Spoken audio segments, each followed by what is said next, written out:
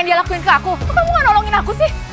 Udahlah, aku tuh malah bikin malu diri lu sendiri tau gak? Mel, kamu gak dengerin sandiwara dia kan Mel? Kali pecundang, tetep bakalan jadi pecundang. Mending lo minta maaf sebelum lo nyesel nantinya. Diam kamu.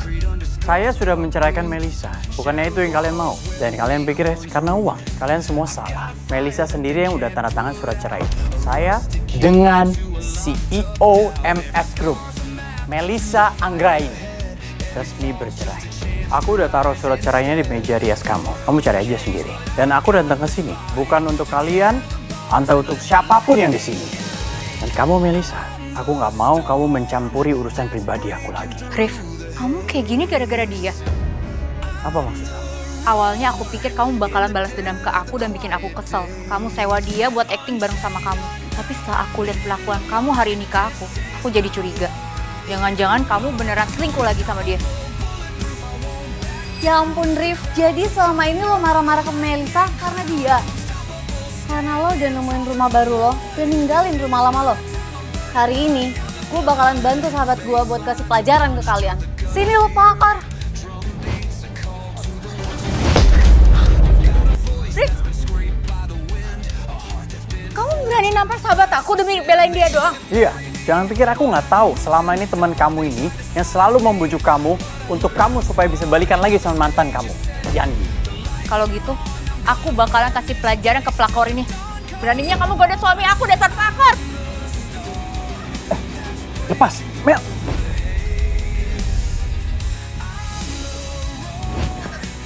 Nah, coba lihat. Kembaliin kalungnya.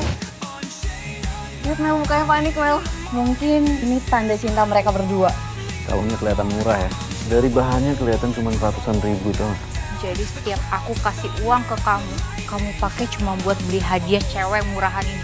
Kamu tuh bener bikin aku jijik tau gak? Harif, lo masih ada perasaan gak sih? 15 tahun lebih lo hidup bareng sama Melisa. Dikasih makan, dikasih tempat tinggal. Tapi berani-beraninya ya, habisin duitnya Melisa buat pakai selingkuh.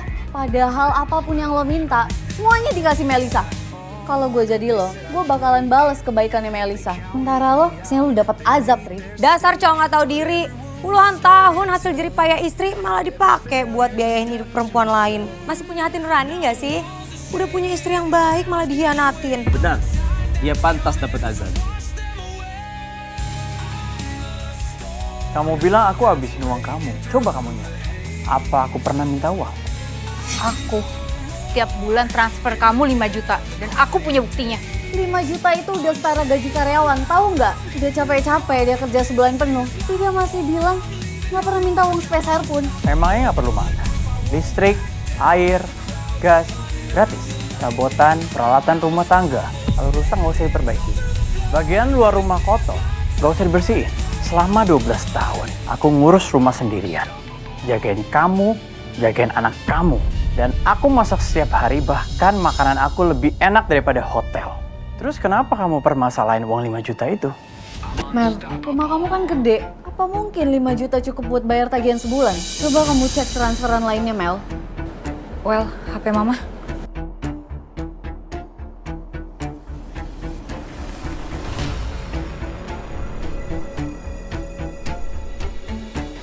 Nggak ada. Berarti selama ini Arifin cuma hidup dari uang segitu. Uang kamu kan banyak, Mel. Lebih dari 12 tahun, aku jadi tukang masak, tukang benerin barang rusak, tukang bersih-bersih. Dan aku juga harus paham perasaan kamu. Tenangin kamu, jagain kamu kayak anak kecil. Bahkan aku juga harus jadi guru les soal bisnis buat kamu. Selama bertahun-tahun ini, aku nggak pernah bisa tidur nyenyak. Kalau semua yang aku lakukan ini diuangkan, kira-kira berapa nilainya ya? Aku nggak pernah minta uang sepeser pun sama kamu. Tapi sahabat kamu ini mempermalukan aku di depan semua orang. Tapi di mata kamu, aku cuman benalu yang nggak berguna. Bahkan kamu pernah bilang sama aku kan, kalau aku nggak masak buat kamu, kamu bisa mati kelaparan. Kalau begitu, sebenarnya siapa yang ketergantungan sama siapa?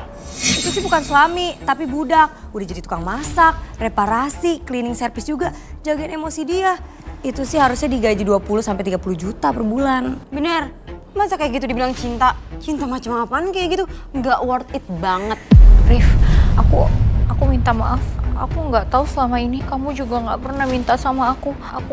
Aku nggak mau apa-apa dari kalian. Karena kalian segalanya buat aku. Tapi bagi kalian, aku cuman barang yang gak berguna dan bisa dibuang kapan aja sama kalian. Aku Mel, kamu tuh nggak usah percaya sama penipu ini. Ngapain? Dia tuh nggak punya uang, tau nggak? Lagian ini kan kalung miliaran ya. Dia dapat duit dari mana coba? Bener juga. Coba lo jelasin soal kalung ini. Lo nyuri kan? Kalau lo nggak bisa jelasin, siap-siap gue laporin ke polisi. Coba saya lihat kalung berliannya.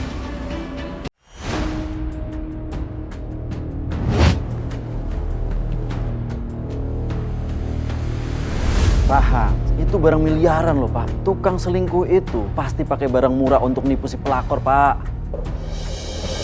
Ini bukan kalung sembarangan dan bukan kalung murahan.